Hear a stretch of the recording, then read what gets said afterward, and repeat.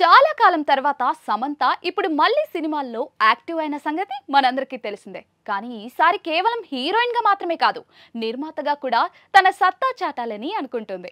Tralala moving pictures అనే సంస్థని ఏర్పాటు చేసి తన ఆలోచనలకు అభిరుచికి తగ్గట్టుగా సినిమాలను నిర్మించేందుకు సిద్ధమైంది. విజయవంతంగా అప్పుడే ఆమె శుభం అనే చిత్రాన్ని కూడా పూర్తి చేసింది.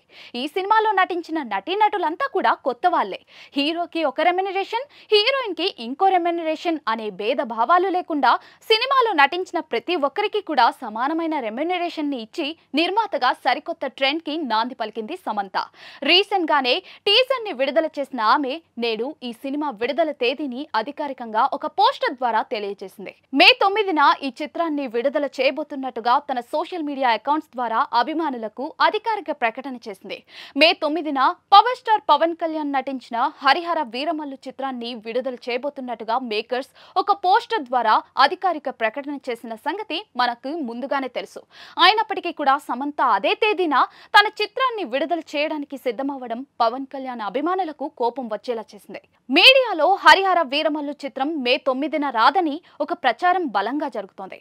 ఆ విషయం సమంతకి కూడా తెలుసు కాబట్టే ఇలా తన సినిమా విడుదల తేదీని ప్రకటించిందా లేకపోతే తెలియక చేసిందా అనేది ఇప్పుడు ఆసక్తికరంగా మారిన అంశం.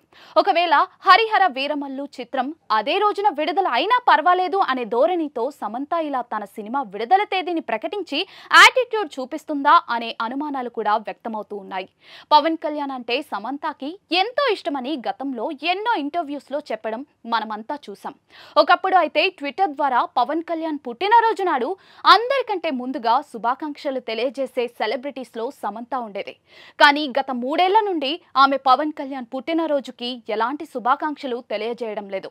అంతేకాకుండా ఇండస్ట్రీలో అందరి హీరోలను ఇన్స్టాగ్రామ్ లో అనుసరిస్తున్న సమంత పవన్ కళ్యాణ్ ని మాత్రం అనుసరించడం లేదు.